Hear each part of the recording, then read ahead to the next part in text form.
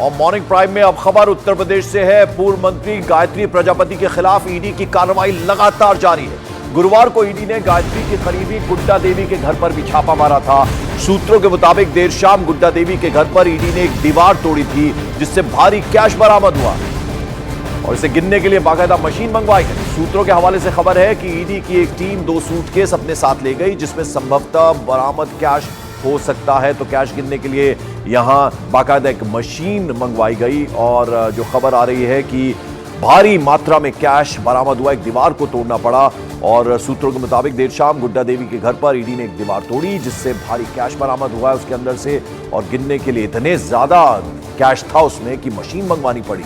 और सूत्रों के हवाले से खबर है कि ईडी की एक टीम 2 सूटकेस अपने साथ लेकर गई है और इसमें जो बरामद कैश है वो हो सकता है। तो ईडी के शिकंजे में गायत्री प्रजापति का बेटा है, हिरासत में अनुराग, और अब गुड्डा देवी के घर पर भी जिस तरह से टीम पहुंची ईडी की, भारी मात्रा में कैश वहां से बरामद हुआ है।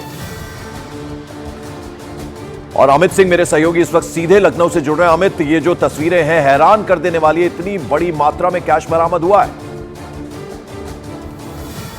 बिल्कुल, देखिए गायत्री प्रजापति के 13 ठिकानों पर एक साथ गुरुवार सुबह 6 बजे से ईडी ने रेड शुरू किया और इसमें जो सबसे अहम सुराग ईडी को मिला है, जो गुड्डा देवी है गायत्री प्रजापति की महिला मित्र, उनके घर से जब दीवार तोड़ी गई तो वहां से हमारे सोर्सेज बताते हैं कि भारी संख्या में कैश बरामद हुए, जेवरात बरामद हुए। और यही वजह है कि अनुराग प्रजापति, जो कि गायत्री प्रजापति के बेटे हैं, उन्हें ईडी अपने साथ लखनऊ के जोनल ऑफिस लेकर आई है। यहां पर भी पूछताछ हुई है और जाहिर तौर पे उनका बयान दर्ज होगा। हमारे सोर्सेस ये भी बताते हैं कि अनुराग प्रजापति को बयान दर्ज करने के बाद उन्हें छोड़ दिया जाएगा, लेकिन फैमिली के जितने भी सदस्य हैं, इंक्लूडिंग जो गायत्री प्रजापति की महिला मित्र हैं गुड्डा देवी, उनसे भी उनका भी बयान दर्ज होगा। तो ईडी लगातार इस पूरे मामले में इन्वेस्टिगेशन कर रही है। और जनवरी महीने में जब एक बार रेड हुआ था तो उस दौरान 50 करोड़ से ज्यादा की संपत्तियां बरामद की गई थी गायत्री प्रजापति की।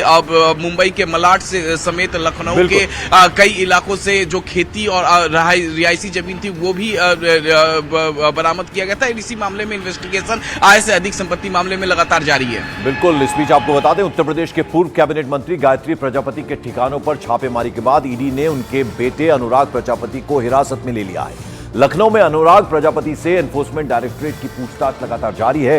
12 घंटे तक अमेठी में ये चली है छापेमारी में। ईडी ने गायत्री प्रजापति के घर से भी कई दस्तावेज बरामद किए हैं। तो अमेठी में लगातार 12 घंटे तक एनफोर्समेंट डायरेक्टरेट की छापेमारी चली है, रेड चली है। मैं ज्यादा नहीं बोल सकती, मैं तो लेटी थी ऊपर दे, लेकिन मम्मी को, भाभी को, भाई को मेरे ज्यादा पूछताछ की पड़ताछ कर रहे थे। किस मामले को लेके पूछताछ कर रहे थे? क्या कुछ बताया? कुछ भी नहीं, प्रॉपर्टी के लिए पूछ रहे, बार बार वही चीज पूछ रहे। सब सीज हो गया, हम लोग को पता है। एक ही चीज के लिए बार बार आ रहे, हम लोग क्या दे, कहाँ से दे? जब कुछ है ही नहीं तो कहाँ से दे दे? बस मेरे मम्मी को, पापा को, भाई को, भाभी बस फंसाने के लिए सब साजिश रची गई है। अच्छा, अनुराग को जब ले गए तो क्या कुछ बोले हैं कि किस लिए ले जा रहे हैं, बताए कुछ? नहीं, उन्होंने बोला कि हम लेके जा रहे हैं, आप लखनऊ चलिए। तो वो कहा हम नहीं जा पाएंगे, हमारी हालत ठीक नहीं, हम बैठ नहीं सकते। तो उन्होंने बोला नहीं कि आपको चलना पड़ेगा। और उत्तर प्रदेश में समाजवादी पार्टी की सरकार में खनन मंत्री रहे गायत्री प्रजापति पर कई गंभीर आरोप लगे हैं, जिनकी अब एनफोर्समेंट डायरेक्टरेट जांच कर रही है। इनमें मनी लॉन्ड्रिंग केस की जांच ईडी ने की है। लखनऊ, अमेठी समेत दिल्ली और मुंबई के 15 ऐसे ठिकाने हैं जहां पर छापेमारी की गई। ईडी ने गायत्री प्रजापति के खिलाफ 2021 में अवैध रेत खनन और आय से अधिक संपत्ति का केस दर्ज किया था। आरोप यह भी है कि खनन मंत्री के पद पर रहते हुए गायत्री प्रजापति ने अपने फैमिली और जो उनके और करीबी, उनके नाम पर बड़ी मात्रा में संपत्ति अर्जित की।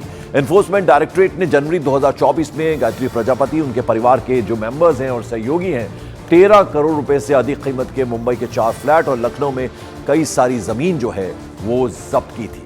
आरोप यह भी है कि पूर्व मंत्री ने काल्पनिक लेन देन के जरिए अवैध धन को सफेद किया, काले धन को सफेद किया और कई सारी संपत्तियां हासिल की। ये तमाम आरोप है